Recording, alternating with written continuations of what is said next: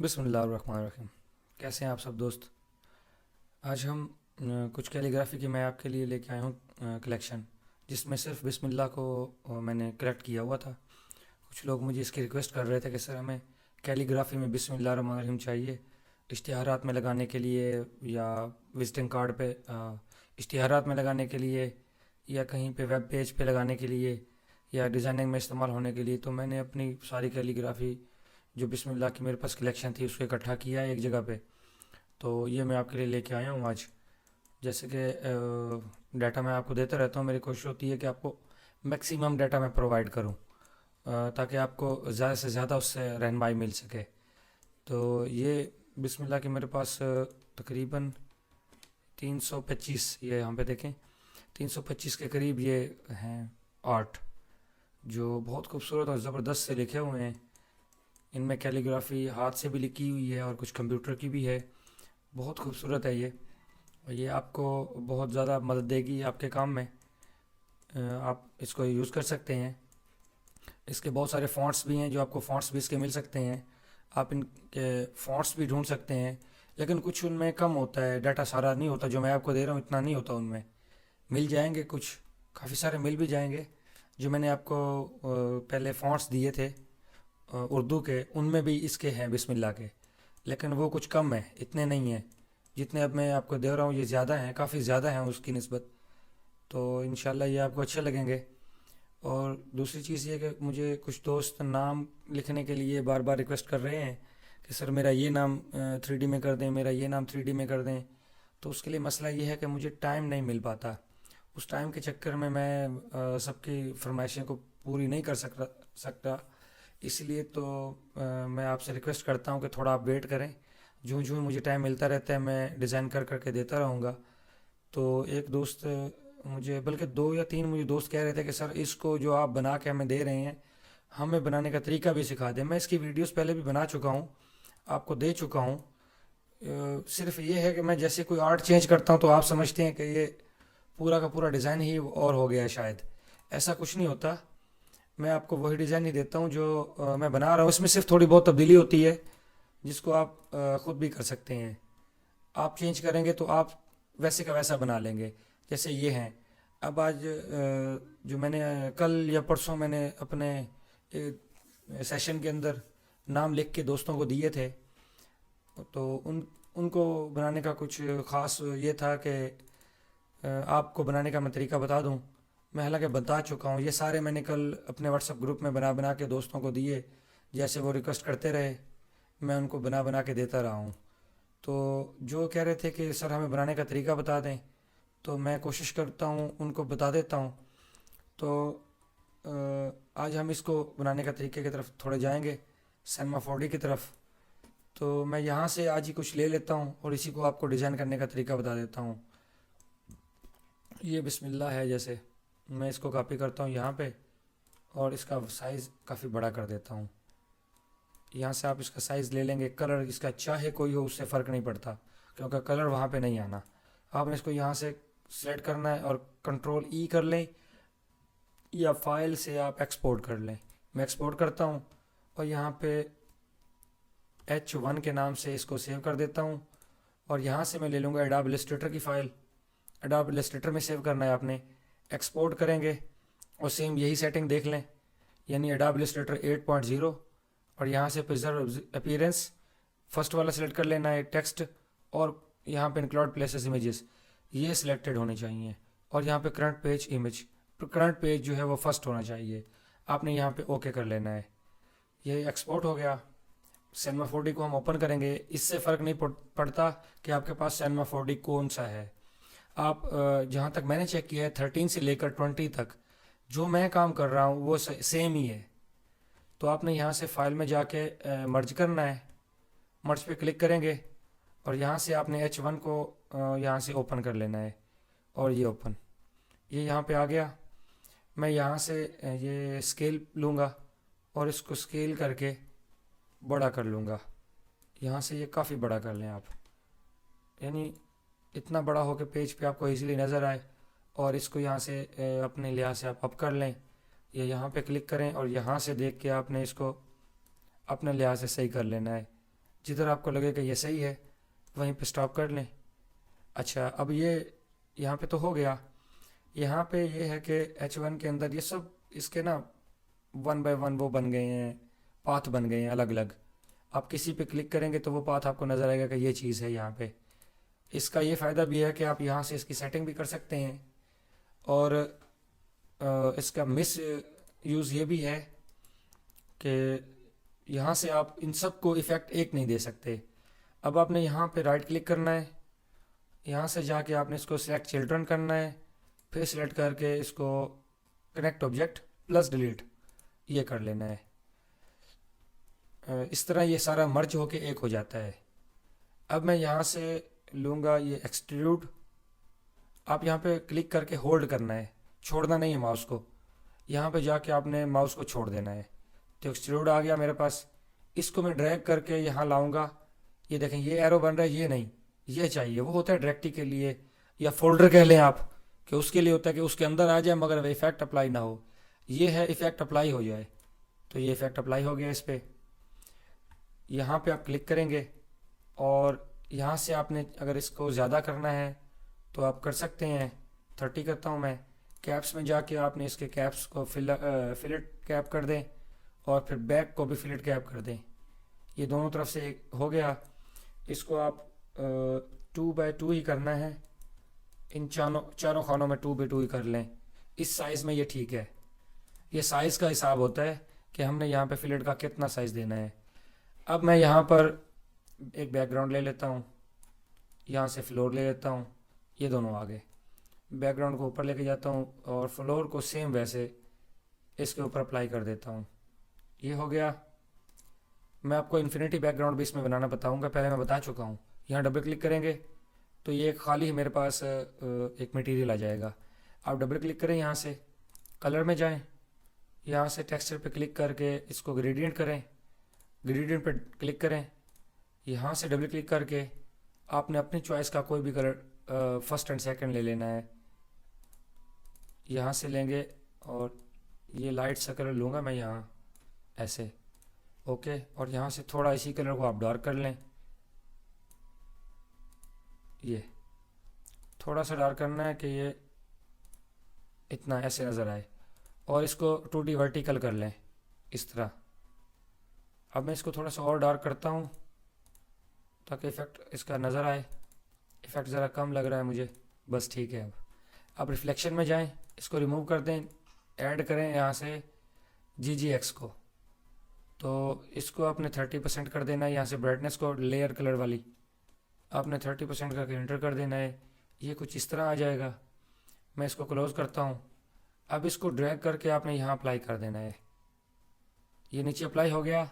मैं आपको 1 बाय 1 ये बताता जाऊँगा कि ये मसला क्या आ रहा है और इस मसले का हल क्या है। अब आपने इसको ड्रैग करके यहाँ अप्लाई कर देना है। राइट क्लिक करें, इसको यहाँ से कंपोजिटिंग कर लेना है। ये हमारा कंपोजिटिंग हो गया। यहाँ से कंपोजिटिंग बैकग्राउंड को चेक मार्क कर दें और यहाँ से सेल्फ शोइंग को हटा दें, ठीक है। अभी भी वो वैसे लेयर बने हुए हैं इसके। तो अब उसका नेक्स्ट तरीका क्या है, फ्लोर पे जाएं, यहाँ आपने फ्लोर पे क्लिक करना है। ये सॉरी, उसको कंपोजिटिंग कर लिया था।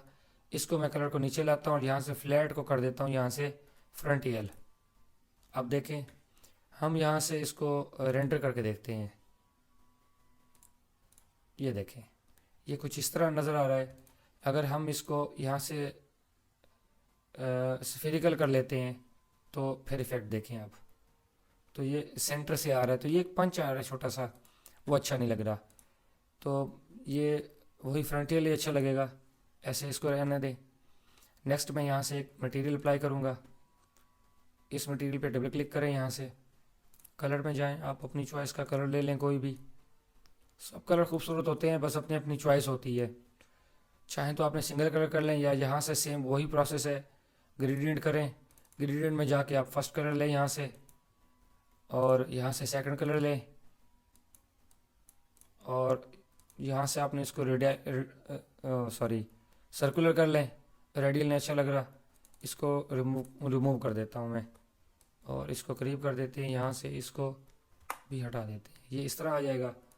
थोड़ा ये कलर और डार्क करना पड़ेगा मुझे, यहाँ तक ये। अब इसको इसके ऊपर अप्लाई कर देना है, या यहाँ पे जाके आप H1 जो दिया था उसके ऊपर क्लिक अप्लाई कर दें, यहाँ आएगा। तो ये कुछ इस तरह के शेड में आएगा। आपने यहाँ से इसको रेंडर करके देख लेना है, ये देखें, ठीक है। अब नेक्स्ट क्या है, लाइट। यहाँ से आपने लाइट ले लेनी है, इस लाइट को हम ऊपर लेके जाएंगे क्योंकि हमने शेड भी देना होगा। इस लाइट को ऐसे मैं यहाँ इस तरफ लेके आता हूँ, थोड़ा यहाँ से राउंड कर लें। अब कंट्रोल प्रेस करके इधर लाएंगे, एक कॉपी बन जाएगी। फिर यहाँ इस पर क्लिक करें, स्लाइड पे या इस स्लाइड पे क्लिक करें और कंट्रोल प्रेस करके इस तरफ लेके जाएं। तो मेरे पास 3 लाइट्स आ गई ये। अब मैं इसको रोटेट करके वापस उसी जगह पे लेके जाऊंगा। अब यहाँ पे शेड नहीं आएगा लाइट्स का, मैं आपको रेंडर करके दिखाता हूँ। यहाँ नीचे शेड नहीं आ रहा, तो ये हमें एक रियल व्यू नहीं दे रहा। यहाँ पे आप क्लिक करें, शेडो में जाएं और यहाँ से शेडो मैप्स को सॉफ्ट वाले को सिलेक्ट कर लें। इसी तरह हम तीनों लाइट्स को, जितनी लाइट्स होंगी उनको ऐसे कर लेंगे ये। अब इसको रेंडर करते हैं। आप देखें किस तरह स्टूडियो लाइट्स का इफेक्ट आ रहा है। अगर आपने इन लाइट्स को मज़ीद कुछ अप डाउन करना है तो आप कर सकते हैं। आगे पीछे इसको यहाँ पे लेके आएँ और ये, ठीक है। आप अपनी मर्ज़ी से इसकी सेटिंग कर सकते हैं। और अब चलते हैं रेंडर की सेटिंग की तरफ। यहाँ क्लिक करेंगे, मैं यहाँ से एंटी अलाइजिंग को लूँगा और इसको बेस्ट कर दूँगा। यहाँ से राइट क्लिक करें, एम्बिएंट ऑक्लाइजन को ले लें और ग्लोबल इल्यूमिनेशन को ले लें। सिंपल है, और क्लोज कर दें। अब रेंडर में टाइम लेगा और रिज़ल्ट हमें HD में देगा। ये रेंडर हो रहा है जी। पहले कैसे हम जैसे ही रेंडर पे क्लिक करते थे और झटपट से आ जाता था, अब ये रेंडर पे टाइम ले रहा है और मेरा PC भी आवाज़ दे रहा है, GPU भी वहाँ पे अब प्रोसेस कर रहा है, CPU भी। पहले वो प्रोसेस नहीं कर रहा था HD के लिए। इसके पिक्सल जो है अब करीब से करीब वो ले रहा है, इस वजह से ये इस तरह कर रहा है। ये देखें जी, अब इसका रिज़ल्ट बहुत ज़्यादा खूबसूरत हो गया है। इसको अब हम सेव करेंगे तो इसका रिज़ल्ट काफ़ी खूबसूरत निकलेगा। जिस तरह पहले आ रहा था वो नहीं आएगा, उसके पिक्सल फटे हुए होते हैं। ठीक है, मैं इसको स्टॉप करता हूँ, आपको इसको डुप्लीकेट करके एक और कॉपी बना के दिखाता हूँ। यहाँ मैं क्लिक करूँगा, इस एरो पे कंट्रोल प्रेस करूँगा, थोड़ा सा इसको ड्रैग कर लें आगे या पीछे, तो यहाँ देखेंगे आप, यहाँ पे एक यहाँ पे और बन गया। इसको मैं ड्रैग करके ले आता हूँ, एक जगह पे आ गए। अब मैं यहाँ पे कंट्रोल प्रेस करके एक कॉपी यहाँ पे इसकी लेता हूँ। इस कलर में जाके आपने अपनी मर्ज़ी का कलर जो भी देना हो उसको चेंज कर लें। इसको रिमूव कर लेता हूँ। हाँ, क्लिक हो गया था मैंने डबल क्लिक करने से। और सेम ऐसे ही ब्राउन को भी, बस और कुछ नहीं करना। इस ब्राउन को उसके ऊपर अप्लाई कर दें अपने फर्स्ट वाले पे।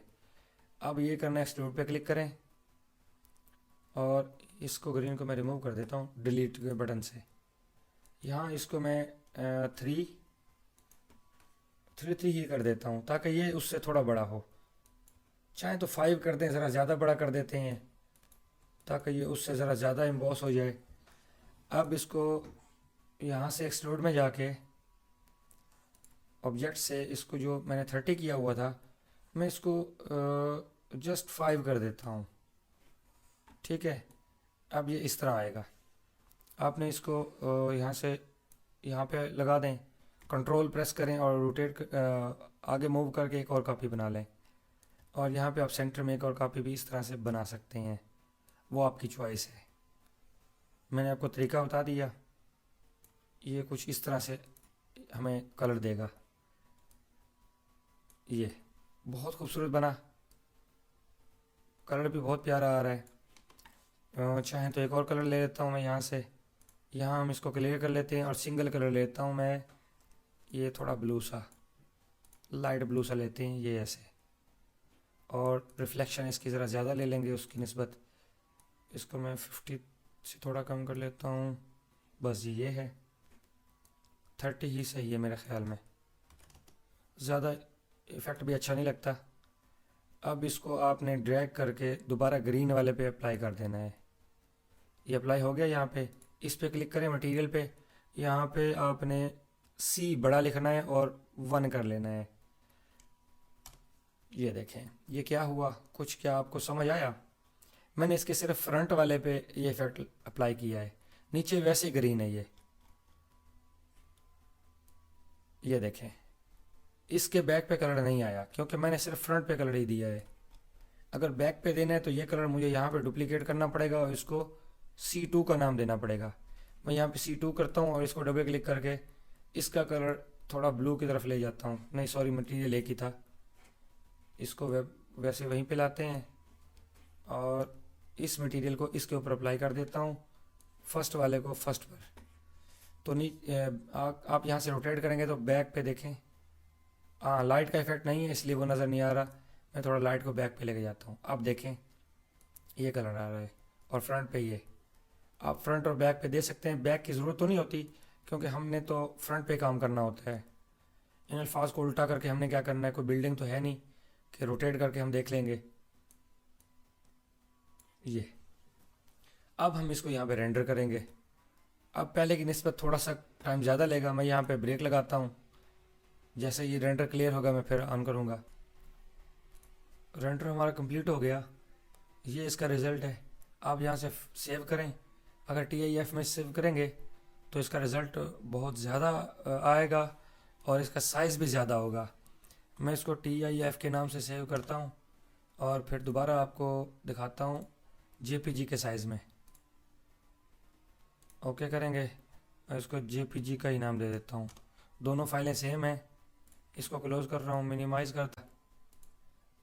इसमें कोई रिज़ल्ट इतना ख़ास नहीं आता। JPG में इतना रिज़ल्ट अच्छा नहीं आता जितना टिफ में आता है। तो हमने जो रेजोल्यूशन रखी होती है सिनेमा 4D के अंदर, ये बिल्कुल उसी रेजोल्यूशन में ही सेव होता है, उसका इतना मसला नहीं होता। अच्छा, जिन दोस्तों ने मेरे चैनल को अभी तक सब्सक्राइब नहीं किया उनसे गुजारिश है कि MSB ग्राफिक्स को सब्सक्राइब कर लें। और मेरी इस वीडियो को अगर आपने पसंद किया है तो लाइक कर दें, अगर आपको पसंद नहीं आई तो डिसलाइक कर दें। और मैंने सिनेमा 4D के ऊपर काफ़ी काम कर रहा हूँ आजकल, और वापस कोरल की तरफ आएंगे, उसके ऊपर भी मैं वीडियोस बनाता रहता हूँ। लेकिन प्रॉपर काम नहीं कर सक रहा क्योंकि कोरल ड्रा के ऊपर काम करने में ज़रा ज़्यादा टाइम चाहिए होता है और इतना टाइम आजकल नहीं मिल पा रहा। तो आप दोस्तों से गुजारिश है अगेन कि मेरे चैनल को लाइक करें, सब्सक्राइब करें, इस वीडियो को शेयर करें, लाइक करें। और अगर आपका कोई सवाल है तो आप इस चैनल के नीचे, इस वीडियो के नीचे आप मुझे पूछ सकते हैं। और इस वीडियो का इन दोनों फाइलों का लिंक आपको इस वीडियो के नीचे मिल जाएगा, जिसमें मैंने आपको ये 300+ दे रखे हैं कैलीग्राफी के डिज़ाइन।